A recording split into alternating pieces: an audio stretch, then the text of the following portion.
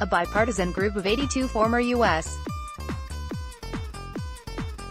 attorneys have published a letter to Attorney General Jeff Sessions objecting to the Trump administration's policy of separating children from parents who illegally cross the border. In the letter, the former U.S.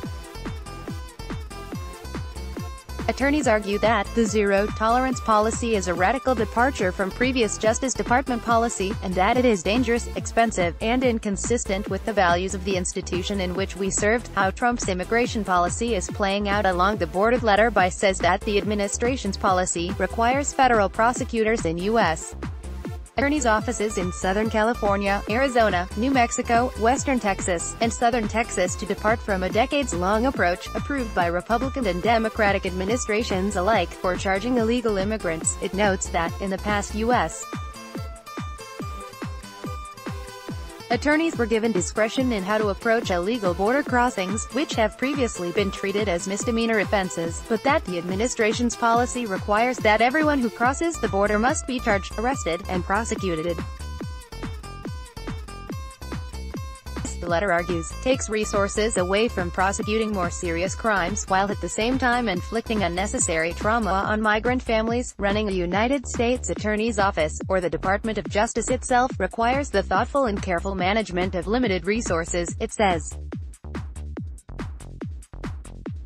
In short, there are only a finite number of federal prosecutors to address the broad swath of dangerous and illegal activity that takes place in our country. In fact, requiring U.S. attorneys to bring these misdemeanor cases in every instance detracts from your own stated priority to fight gangs and violent crime by groups such as MS-13, the U.S. attorneys go on to argue that the law does not require families to be separated. The administration, however, has repeatedly insisted that its hands are tied and that enforcing the law requires some separation of minors from adults, separating families at the border. How we got here. Crucially, the Department of Justice has also worked to ensure that families apprehended while attempting to enter the country illegally are treated with compassion, or detained together whenever possible.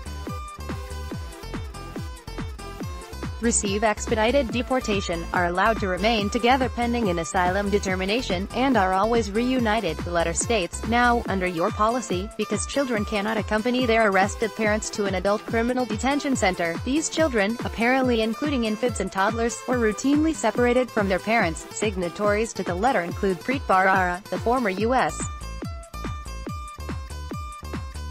attorney for the Southern District of New York and a prominent critic of President Trump.